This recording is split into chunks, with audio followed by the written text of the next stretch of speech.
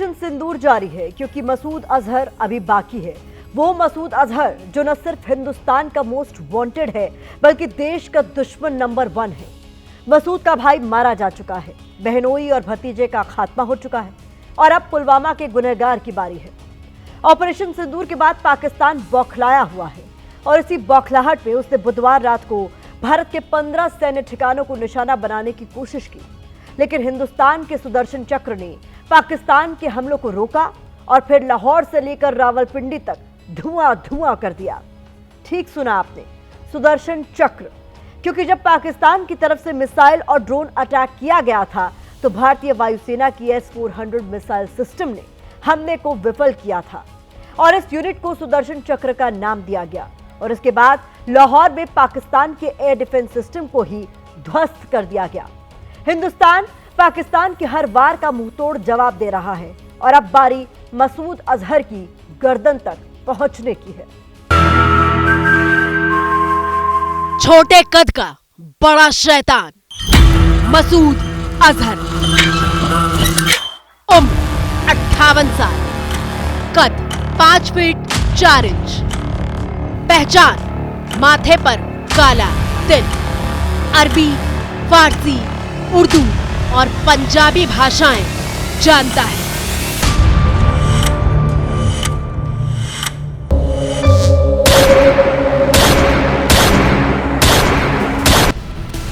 जब मसूद अजहर का जिक्र आएगा, हिंदुस्तान 26 साल पहले की इन तस्वीरों को भूल नहीं पाएगा।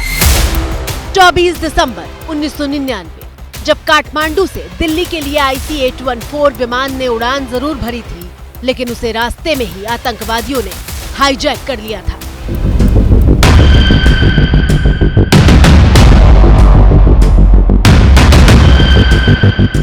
इंडियन एयरलाइंस के विमान में 176 यात्री और 15 क्रू मेंबर्स सवार थे।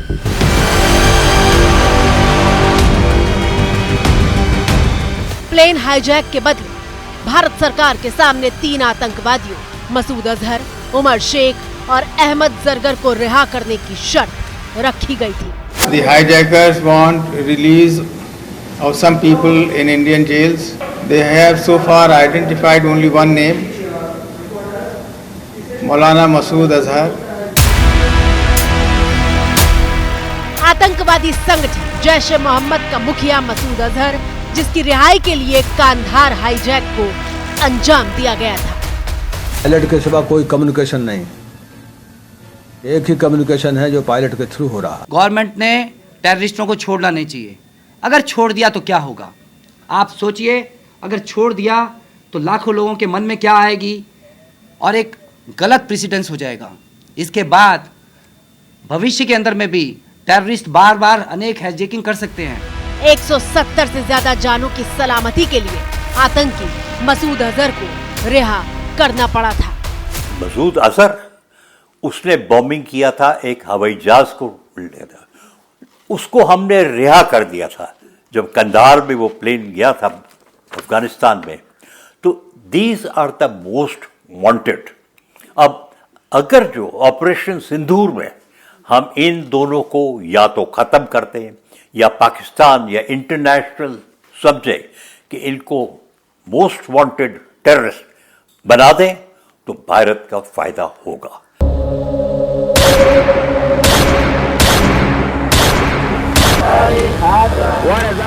और फिर 25 साल पहले साल 2000 में भारत के कब्जे से छूटने के फौरन बाद ही मसूद अजहर ने आतंकी संगठन जैश ए मोहम्मद का गठन किया था। जैश के सरगना मसूद ने भारत पर सबसे ज्यादा आतंकी हमलों को अंजाम दिया है।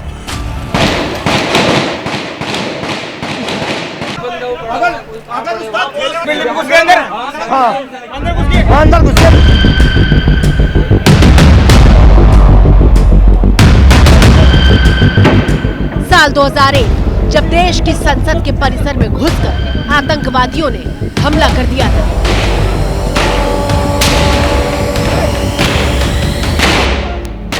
संसद पर आतंकवादी हमले की पटकथा लिखने वाला मसूद अजहर ही था।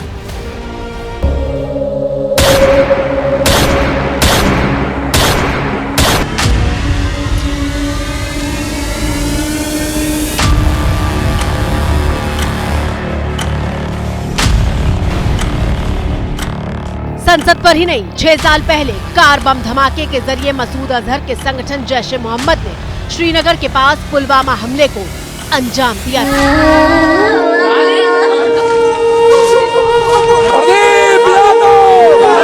इस हमले में हिंदुस्तान के 40 जवान शहीद हो गए थे।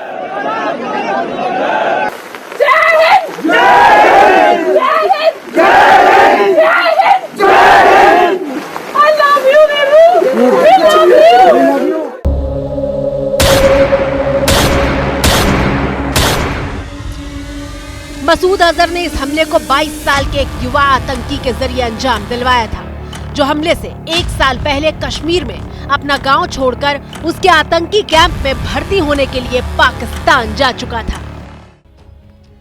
पुलवामा अटैक के सिर्फ 1 घंटे बाद जैश ए मोहम्मद ने न सिर्फ हमले की जिम्मेदारी ली थी, बल्कि हमला करने वाले 22 साल के आतंकी की तस्वीरें भी सोशल मीडिया पर जारी कर दी थी, जो असॉल्ट राइफल के साथ दिखाई दे रहा था। इस तस्वीर के जरिए मसूद अजहर ने ऐलान किया था कि ऐसे एक नहीं बल्कि हजारों आतंकी जैश ए मोहम्मद के ठिकानों पर पल रहे हैं, जो कश्मीर में सुसाइड मिशन को अंजाम दे सकते हैं। और इसीलिए पहलगाम हमले का बदला लेने के लिए हिंदुस्तान की सेना ने जैश ए मोहम्मद के उसी ठिकाने को निशाना बनाया जहां से आतंक की फैक्ट्री चल रही थी। तारीख 7 मई, दिन मंगलवार, वक्त रात 1:05।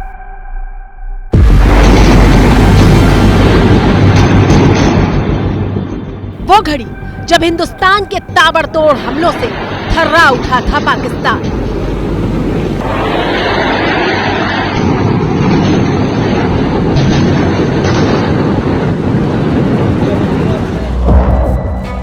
इन हमलों में भारतीय सेना ने बहावलपुर के मरकज सुभान अल्लाह कैंप को ध्वस्त कर दिया था, क्योंकि ये जैश ए मोहम्मद के मुखिया मौलाना मसूद अजहर का अड्डा था। Okay sir.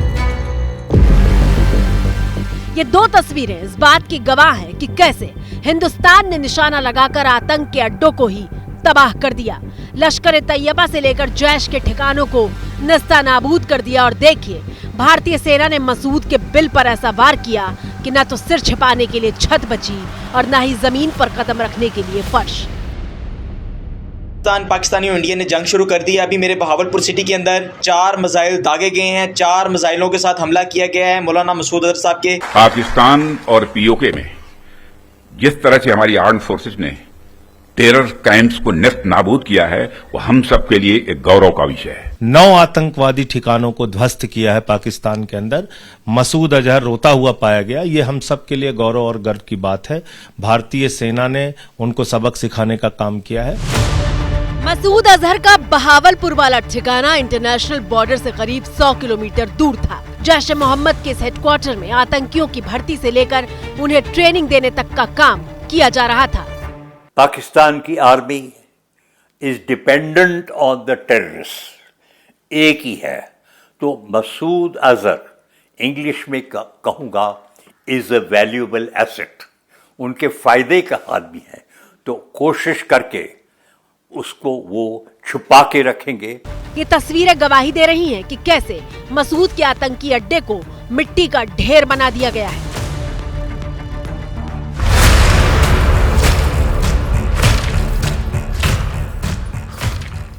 ये मसूद का वही ठिकाना है जहां से साल 2019 के पुलवामा अटैक को अंजाम दिया गया था। यहाँ न सिर्फ बड़े बड़े आतंकियों का आना जाना लगा रहता था, बल्कि ये करीब 600 दहशतगर्दों की पनाहगाह था।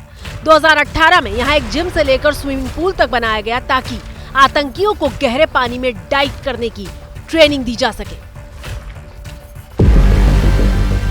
18 एकड़ में फैले जैश के हेडक्वार्टर की ये सैटेलाइट तस्वीरें बता रही हैं कि हमले में आतंकियों के क्वार्टर से लेकर जैश ए मोहम्मद के आतंक का मदरसा और कमांड सेंटर, जहां मसूद अजहर का पूरा परिवार रहता था, वो चकनाचूर हो चुका है।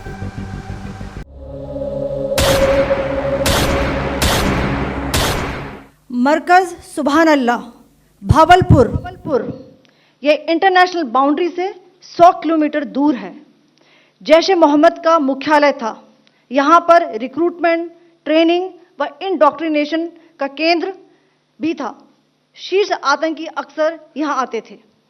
भारत के हमले के बाद जैश ए मोहम्मद का सरगना मसूद अजहर कह रहा है कि उसके परिवार के 14 लोगों की जान चली गई है और काश उसकी भी चली जाती।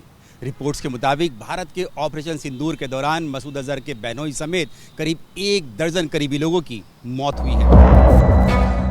जैश के ठिकाने पर हुए हमले में भारत के लिए सबसे बड़ी कामयाबी रऊफ असगर की मौत है। रऊफ असगर जो जैश के मुखिया मसूद अजहर का छोटा भाई है और उसे रिहा कराने के लिए जिस कंधार हाईजैक को अंजाम दिया गया था, रऊफ असगर उसका मास्टरमाइंड था।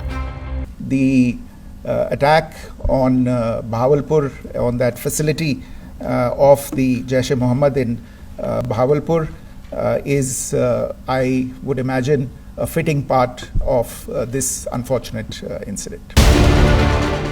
सिर्फ 24 साल की उम्र में कंधार हाईजैक की प्लानिंग करने वाले रऊफ असगर के गुनाहों का हिसाब हो गया, लेकिन मसूद अभी बाकी है।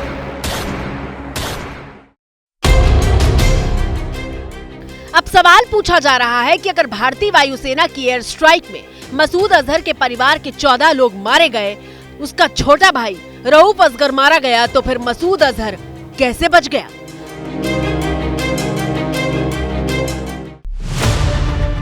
साल 2011 तक इस कैंपस में सिर्फ एक मस्जिद थी, लेकिन आतंकियों की ट्रेनिंग के लिए जमीन पर इमारतें और ढांचा बढ़ता चला गया।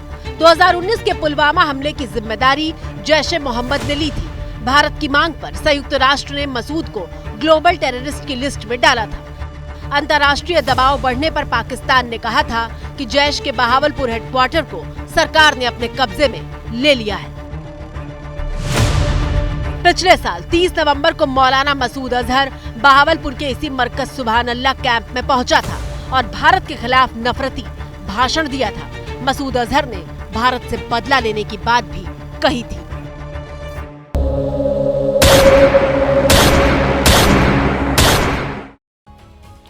कुछ रिपोर्ट्स के मुताबिक पाकिस्तान की सेना ने आतंकी मसूद अजहर की सुरक्षा को बढ़ा दिया था और पहलगाम हमले के बाद पाकिस्तान को ऐसी स्ट्राइक का अंदेशा था। इसीलिए माना जा रहा है कि मसूद अजहर को उसके बहावलपुर वाले ठिकाने से पहले ही शिफ्ट कर दिया गया था। लेकिन मसूद अजहर, तुम कब तक खैर मनाओगे? हिंदुस्तान की सेना तुम्हारे बिल तक पहुंच गई है। बहुत जल्द तुम भी शिकंजे में आ जाओगे। लेकिन अब ये समझने की जरूरत है कि मसूद अजहर देश का दुश्मन नंबर 1 कैसे बना और आतंक का इतना बड़ा आका बनने की उसकी कहानी क्या है। आपकी स्क्रीन पर मौजूद मसूद अजहर की ये तस्वीर करीब 30 साल पहले की है, जब वो जम्मू की जेल में बंद था। अब आपको वो कहानी बताते हैं कि 30 साल पहले मसूद अजहर हिंदुस्तान के हत्थे कैसे चढ़ा था।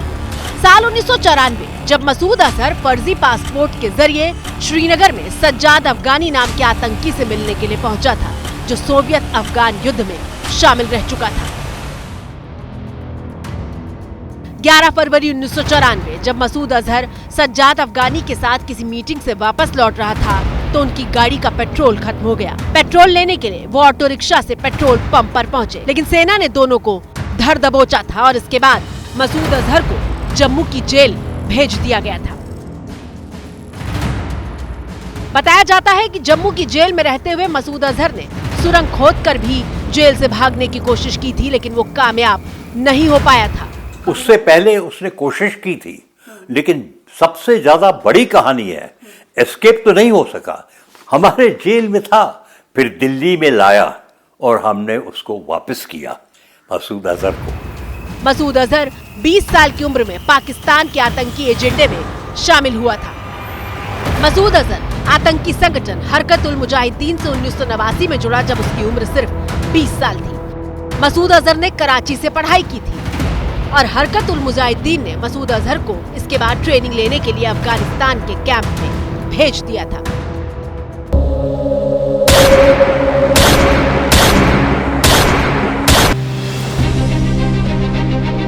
पाकिस्तान में पलने वाले तमाम आतंकवादियों को ऐसे ही कैंपों में भेजकर प्रशिक्षण दिया जाता है।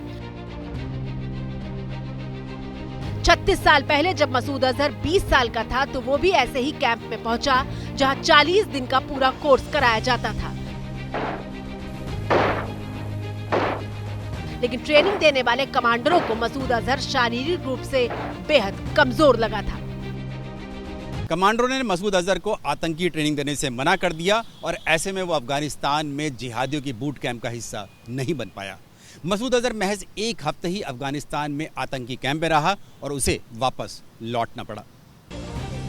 इसके बाद आतंकी संगठन हरकत उल मुजाहिदीन ने हर महीने निकलने वाली मैगजीन का जिम्मा मसूद अजहर को सौंपा, जिसमें सिर्फ नफरत फैलाई जाती थी। जहर उगलने में मसूद अजहर माहिर था। मैगजीन के जरिए हरकत उल मुजाहिदीन को आतंकी फंड जुटाने में भी मदद मिली और मसूद अजहर के जिहादी भाषण पसंद किए जाने लगे और इसके बाद ही मसूद अजहर आतंकियों की, आतंक के आकाओं की आंखों का तारा बन गया।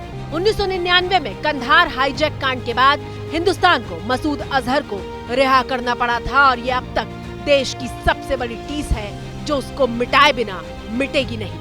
मसूद अजहर जैश ए मोहम्मद का चीफ है और वो भारत का दुश्मन नंबर 1 इसलिए है क्योंकि वो बॉम्बे अटैक में इन्वॉल्व था, पार्लियामेंट अटैक में इन्वॉल्व था, पुलवामा में इन्वॉल्व था, पठानकोट में इन्वॉल्व था, अफगानिस्तान में इन्वॉल्व था और जाने कितनी ही हत्याएं, कितना ही वो खून खराबा भारत में कर चुका है।